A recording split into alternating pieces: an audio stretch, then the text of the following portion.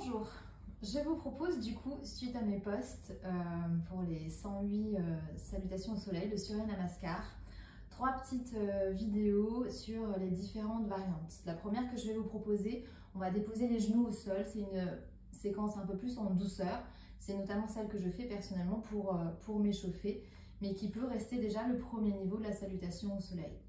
Donc on commence dans la posture de la montagne, les 2 pieds largeur des hanches. Je vais chercher une grande extension ici, j'inspire ici, je me grandis, je garde la tête dans l'axe. J'essaye de ramener vraiment le bas du dos, coccyx vers les talons et de ne pas trop aller cambrer ici, donc de maintenir légèrement ici, au niveau du bas du ventre pour bien supporter ici les lombaires. Sur l'expire, je vais descendre avec toujours ce dos droit, long. Je peux plier dans les genoux si nécessaire, puis complètement relâcher le ventre sur les cuisses, relâcher la tête. À l'inspire, je tends les jambes et je remonte de moitié en cherchant à ouvrir la poitrine. Soit j'arrive à avoir encore l'appui des mains au sol avec un dos droit et long, soit je vais amener les mains au niveau des tibias ou encore au niveau des cuisses, d'accord, mais surtout pas en appui sur les genoux pour protéger l'articulation. Je vais redescendre sur l'expire, je relâche tout, je me plie en deux. Sur l'inspire, je fais un grand pas vers l'arrière, je dépose le genou au sol, je vérifie que mon genou est bien aligné avec ma cheville et je roule les épaules vers l'arrière pour vraiment ouvrir cette poitrine. Sur la prochaine expiration, je recule ici le genou, je me retrouve à 4 pattes. Je vais plier dans les coudes, plonger le menton, puis le cœur, puis le ventre à terre. Je serpente jusqu'à mon cobra, je garde le bassin bien ancré dans le sol. J'expire pour redescendre, je retrousse les orteils. Je remonte d'un bloc ici, bassin vers l'arrière, puis je pousse sur les mains pour monter la pointe des fesses et retrouver mon chien tête en bas. Je peux aussi garder les genoux ici un petit peu souples. Inspire, j'amène le pied droit loin devant. J'aligne à nouveau pieds et mains. J'ouvre la poitrine. Expire, je ferme en ramenant le pied gauche et en relâchant le ventre sur les cuisses.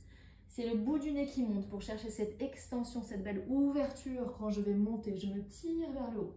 Comme si tu dessinais ici les rayons du soleil avec les mains. On joint les paumes dans Anjali Mudra et expire pour revenir ici en ton centre au niveau du cœur. On repart à gauche.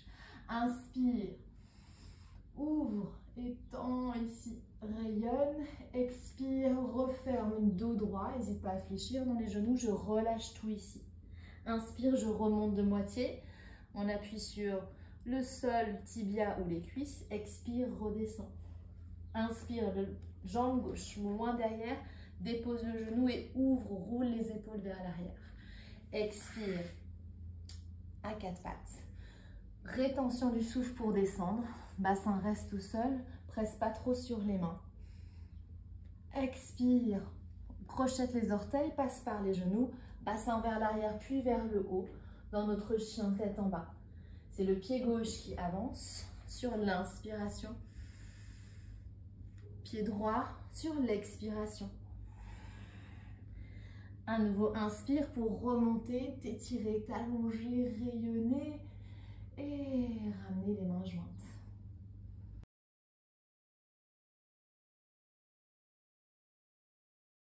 Pour cette deuxième version, je ne vais pas poser le genou au sol.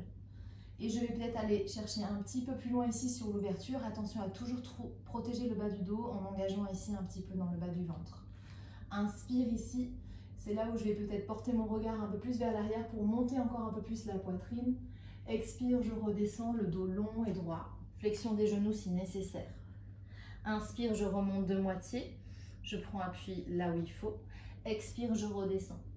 Inspire, c'est la jambe droite loin derrière. Je garde cette jambe tendue. J'ouvre le regard et la poitrine vers l'avant. Expire ici, Chaturanga Dandasana. Dans ma planche, je fléchis dans les coudes, je garde les coudes collés à la poitrine pour descendre et remonter. Toujours le pubis au sol dans mon cobra ici, j'inspire. Expire, je retrousse les orteils, j'essaye de remonter comme je suis descendue. Passe par les genoux si nécessaire pour revenir dans le chien tête en bas. Inspire, on peut lever la jambe ou directement poser le pied entre les deux mains. Expire, je referme dans ma pince. Inspire pour remonter le dos long et droit. Ramène les mains jointes à l'expiration, on repart à gauche. Grande inspire, ouvre. Expire, referme. Inspire, ouvre à nouveau le cœur vers l'avant. Et referme. Inspire, c'est la jambe gauche loin derrière, puis la jambe droite à l'expire. Je maintiens ici, rétention du souffle pour descendre. On peut descendre par les genoux. Inspirez dans notre cobra. Expire pour remonter. On peut également remonter par les genoux. Chien tête en bas. Inspire, jambe gauche. Expire, jambe droite. Inspire pour remonter. Expire, ramenez les mains jointes. C'est ma version préférée, celle-là.